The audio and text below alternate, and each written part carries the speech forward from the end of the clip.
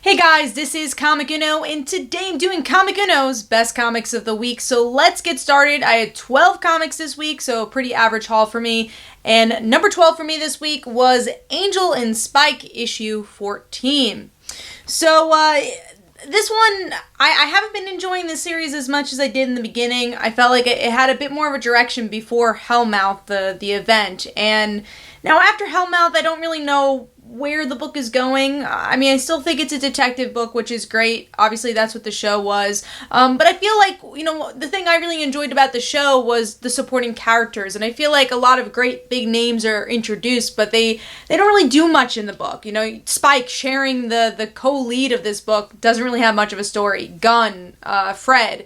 And now, in the end of this issue, we get to see the revelation that Oz is going to be in this book. I think it's getting really crowded without any of the development we want from these big names. So for me, I think I'm going to drop Angel and Spike for the time being. I just haven't really been finding the enjoyment out of this series as I once did. Also, the artwork was really shaky for me, very scratchy. Didn't really like the proportions very much, so just not quite loving the direction. Again, Cliffhanger was definitely interesting though, but I'm not a huge Oz fan to say, oh man, I have to pick up the next issue because of this.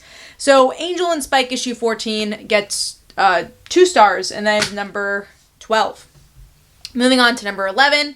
I don't know if everyone's going to agree with me on this one, but X-of-Swords Creation issue 1. This is a thick book right here, so it's pretty big. It is $7, so it's also a pricey book, and I would say the first 1/4 of this book is just exposition. Some of the stuff we actually got from Free Comic Book Day. A girl who looks like Emma Frost is telling the tarot cards.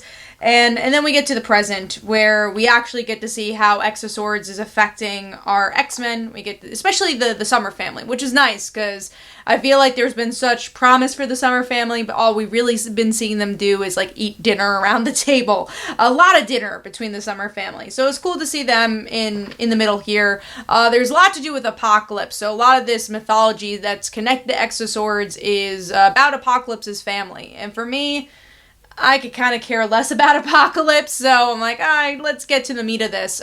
So a lot of exposition in this issue, a lot of explaining of what's happening. But at the end, we finally do get to the swords and the main point of this book, which is, all-out fight. We get to see that there's going to be 10 people that are going to hold these swords. Who are these X-Men or mutants or people going to be? And that's what we lead into by the end of the issue. And then that definitely gave me enough to say, hey, I want to see where part 2 goes, because I'm excited to see possibly the character development there, what other writers, what other series will do with it. But this one, it didn't totally grab me. I don't know if it's... But also I'll say House of X and Powers of X actually took me a little time to be grabbed too, so it might just need that time. But there's not a ton of character work here. It's just really a lot about that mythology. Hopefully that changes as we continue. Artwork is solid though. Overall it's a pretty similar tone and feel that we've been getting with the rest of the X-Men series, so that fits for sure. So giving X-of-Swords Creation issue 1, I believe I gave it 2.5 stars. Let me check though. Yeah, I gave that 2.5 stars. That is number 11. Moving on to number 10. I just want to finish off this series. That's why I got it. That is Spider-Man issue 4. This is the J.J. Abrams book. Yes, this is still going on. And honestly, I didn't really quite love the first couple issues. There was some interesting little tidbits of the future versions of Peter Parker and Mary Jane. Very similar to what we've gotten with Spider-Girl, though, and Mary Jane's gone, she died, and I didn't quite know how to feel about that. But because I was so close to finishing the series, I'm like, alright, let's see where this one goes. And we get to see Ben, our main character, fighting off some, zombie, cyborg Avengers. That's pretty much the whole issue, and then he meets up with his dad. And it looks like Ben might die. Probably not, but that's the ending of the issue. Pretty generic book for me so far. Nothing really stands out for this one. I don't quite love the mythology that they built. I think they relied a little bit too much on previous stories that have been told. And I don't know, I feel like the love for the character and the medium really isn't instilled in this one. And artwork is good though, but even so, I don't even think this is Sarah Pacelli's strongest artwork. And again, it took so long to get this issue, and obviously because of COVID and all the delays, but even before that, there was a lot of delays for Spider-Man, so that also kind of ruins the momentum for this one. So Spider-Man issue 4 gets 2.5 stars, and that is number 10, 11? That was number 10. So we're moving on to number 9. Number 9 for me is Drakkon's New Dawn Power Rangers. I love Power Rangers. I love Kimberly. But it's interesting because we do have a new creative team, and I feel like that it's been a little lopsided. I don't know if they really picked up on all the pieces that I personally enjoyed from Go-Go and a lot of Ryan's work from what he did with Kimberly. I just not really feeling that same vibe, which obviously you shouldn't because it's a different creative team. But it's nice when a new creative team is able to really pick up that torch and run with it. And I don't know if it quite did that here. I think the story beats are interesting. We get to see the guy under the mask under the metal is Jason, and he's been through a lot with Lord Drakkon. And Kimberly's still trying to prove herself as a leader and to her friends that she's a good person or trying to be a good leader. And by the end, we get to see that the Power Rangers do return here. So that was definitely an interesting one. So at least it was a cool cliffhanger. But I think the big thing that I haven't been enjoying is I don't really feel the character beats as much as I'm feeling those plot beats. I'm not really feeling the emotions from them. I feel like a lot of information is just kind of explained at you. You're not really feeling it. And that's kind of weird because that's kind of what a lot of Shattered Grid, and especially this side of Shattered Grid, is feeling what Kimberly was going through and what these characters are going through. So we'll see how the last issue goes. Also, the artwork is a little shaky for me as well. Not as strong as we usually get to see it for the Power Rangers franchise. So Power Rangers Drakkon New Dawn gets 2.5 stars, and that is number 9. Moving on to number 8, which is a new series by Aftershock. I just really like this cover, and that's why that really it really got me to want to read this, sorry. And that is Miles to Go, issue 1. So yeah, like I said, the cover looked really cool, and we had a preview in a couple of these issues. So we get to see from the preview is this little girl like shooting a guy, and she's like this assassin. You're like, oh man, a 13-year-old assassin or a young girl assassin, that's kind of cool. And then we see that she actually is older, and she's a mom now, and she obviously has a past, and that past is definitely catching on to her. And the big cliffhanger of the issue is, does she die? Does she get shot? I don't think she does, because from the description they mention her name again, so I guess maybe she killed someone else and something else happened. Very curious to see how they're going to get out of that cliffhanger.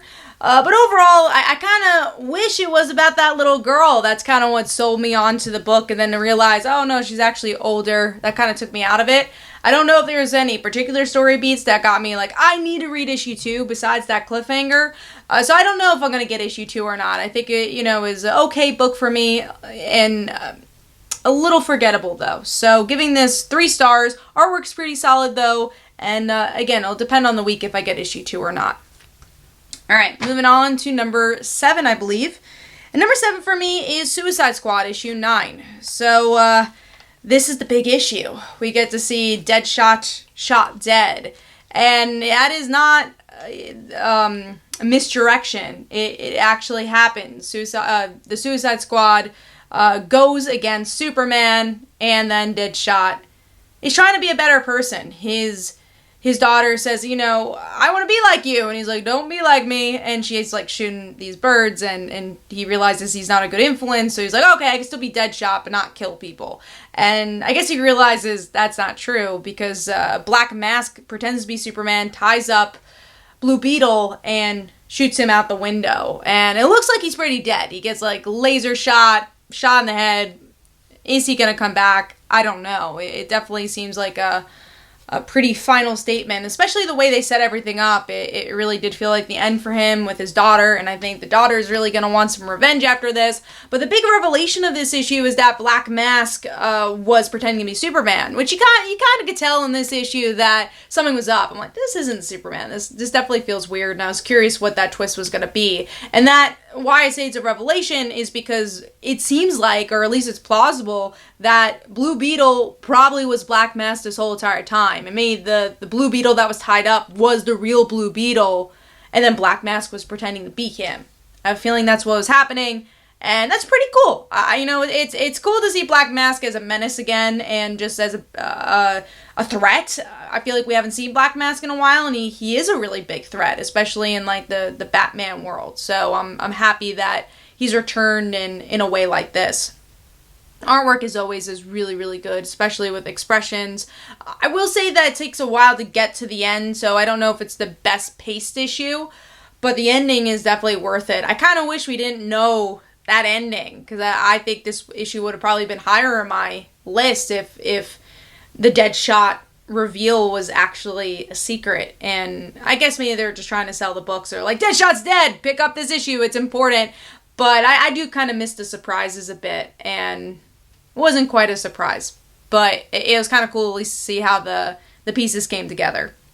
So that is number 7. Moving on to number 6, which is Sabrina, the Teenage Witch, issue 3. And I've been really liking this arc, this miniseries. I love what Thompson's been doing with Sabrina, and it's just a really good slice of life Magic book. It's kind of everything you want with Sabrina. A lot of good drama as Sabrina is trying to figure out, as she always does, she's still a teenage girl, how to kind of use her magic, how to balance her magic as being immortal. And we have a lot of stuff happen here, but really seamless. We get to see her kind of break up with Harvey, and her magic life injecting into her normal life, where she can't watch the movie she wants. And then of course you have these classmates that are also part of this magical world, one that she's dating, and then there's a big cliffhanger that maybe once again her using all this magic is ruining another person's life. In the last issue is that the forest is destroyed and she feels so guilty about it, and then she's like, I could use a little magic here and there, and now we get to see that cliffhanger. And it's also this idea that Sabrina doesn't trust anybody, because who can she trust? She thought she could trust her aunts, this magic store owner, and she can't. So what direction does she go? Another thing I really like for this book is the coloring. I think it's gorgeous and really heightens that magic well, but also still feels very slice of life. Overall, a really balanced issue and really balanced series. If you like Sabrina, I keep saying this, it's a really well-married book where we get to see the idea of what you liked from the comic, what you liked from the sitcom, and kind of the chilling factor you liked from the show, and the chilling adventures of Sabrina, the comic book. So giving this one 4 stars, and that is number 6. Moving on to number 5, which is Spider-Woman, issue 4. Man, I've been loving Spider-Woman. I think it's been a great book, and continues to be a really good book. In this issue, we get to see that cliffhanger, that revelation of her mom still being alive, and that guy you thought was the villain being her brother, and her having a niece, and all of them having powers, or at least the brother and the niece having powers, and they go up against, I forget her name, Ice Queen, and this is an old Spider-Woman villain, and it really puts a lot of pressure on the family, and it's a really interesting reunion, because you have Spider-Woman also dealing with this poison that's in her, and she's being rash, and she doesn't know what to think. I mean, there's a lot of information that's going through her head, and then Ice Queen hits, and really interesting cliffhanger once again. Carla tops herself, where we get to see that the mom pushes her into the villain, and she gets shot, or is gonna get shot. So you're like, how does Jessica get out of this? Why did the mom do that? And is it part of a bigger plan? I do think it's obviously part of a bigger plan, but what is that plan, and can you even trust this mother? Can you trust these strangers? And I liked how it delved into Spider-Woman's past. I feel like a lot of times when we see Jessica's story, it's very much about her current. I feel like with other series and other characters, they always tend to dig back to the origin. But Spider-Woman, rarely we dig back into the origin. So it's a nice change of pace, where for other characters it wouldn't be, but for Spider-Woman it is. Artwork's also really good for this. I think it goes into the poison that's in her body. You definitely, again, see that anguish in their face. A lot of good action in this one as well. So really solid issue. Spider-Woman issue 4 gets 4 stars. If you're not reading Spider-Woman, definitely go check out this book. I think it's been a great run so far. Moving on to number 4, which is Black Magick issue 14. This book, I'm so happy it has returned, and the pacing has been really good for these past 2 issues, and the artwork has been really freaking good for this book too. I always love the black and white noir, but I also just like the little facial expressions, little tics, and the acting throughout this book. I really enjoyed seeing a bit more of these characters, but also the magic. I like that we actually got more magic in this one. We have a really good opener between Alex and this weird demon child, and the demon child's like doing a voodoo doll on her, and Alex actually uses her magic to go against her. Alex is trying to warn Rowan. Rowan obviously slept with, I think, her boss or at least her co-worker, and, everything's a mess, and Rowan's never gonna have a drama-free life, and we learn a little bit more about Alex's current boyfriend, I guess we'll call him, or at least someone she's sleeping with, and they love each other, but he's also a witch hunter, so it makes things really complicated. So there's a lot of things happening here, and a lot of good drama, and again, a good mixture of magic / action, and those character beats that we all know and love from this comic. So I'm giving that 4 stars, and that is number 4. Moving on to number 3, I was really surprised by this issue. I kind of just wanted to finish off this series, and that's why I picked it up. And I believe this is the last issue, but I really like this as a one-shot, and that is Shazam, issue 15.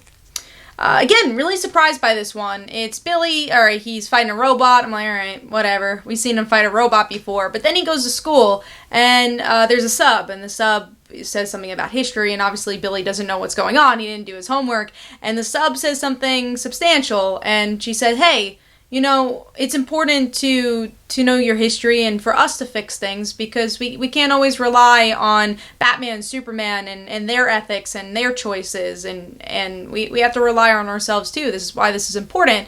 Billy's like, yeah, whatever, you're a substitute teacher. And then he goes off and he does his Shazam stuff, and he asks Aquaman, like, hey, what are we doing? Are we doing things correctly? Does it all matter? There's kind of this existential superhero crisis he's having, and no one really gives him an answer, and he tries to go save somebody, and it ends up being his substitute teacher, and we get to see them connect, and I really enjoyed that. This kind of character, that this one-off character ends up being pretty substantial and a good emotional thread for Shazam to figure out what type of hero he is, and to really get a human connection with this person who's going through something. She's not just a teacher, she's a person as well, and I really like that. And overall, really pleasantly surprised by this one. There's some facial expressions here and there. I think that could have been angled better, some of the panels, but overall, pretty solid artwork as well. And if you're going to read a one-shot from Shazam and you haven't read any of the other stuff, this is a really, really easy book just to pick up and have a fun read with, and I think an important read as well. So Shazam issue 15 gets 4.5 stars, and that is number 3. Moving on to number 2. Penultimate issue, sad to see this, and that is Batgirl issue 49. So, huge Batgirl fan, as you know, and I think this last arc has been really well done thus far. We'll see if it sticks to landing with issue 50. But it's all about the family drama. I think Batgirl's always at its best when she's dealing with her family drama, and it has to do with James Gordon Jr. We get to see Jim Gordon, and we had that cliffhanger of this Batgirl dying, and obviously it wasn't our Batgirl, and now everyone believes that Batgirl's dead, but it ends up being a serial killer and someone targeting redheads, and you're like, well, who is it? And you kind of have, at least for me, I kind of had a feeling it was James Gordon Jr., but you're like, oh, but he's being a nice guy, so let's see how this flips the switch. And we find out that he has DID, I believe, and he's 2 people. And Barbara, is trying to get through to him, but also still hates him and has kind of been pushing him away. He's like, oh, brother, you keep ruining my life, get away from me. And he ends up killing himself because he wants to protect Barbara, but also is jealous of Barbara and kind of has these conflicting feelings, but he feels like this is the right thing to do. And that's what he does. It seems like he does die by the end, and this obviously puts a wedge between Jim Gordon, her father, and Barbara. And Barbara just kind of gives up at this point. She's like, is it even worth it? So does that mean she's going to give up being Batgirl, or does that mean she gives up on her secrets? Because what's really cool about this issue and why it's so high is that what the detective story was about. Yes, it's about Barbara, but all these people had these double lives, and obviously they were redheads, and you get to see the connection between her and these people and Barbara.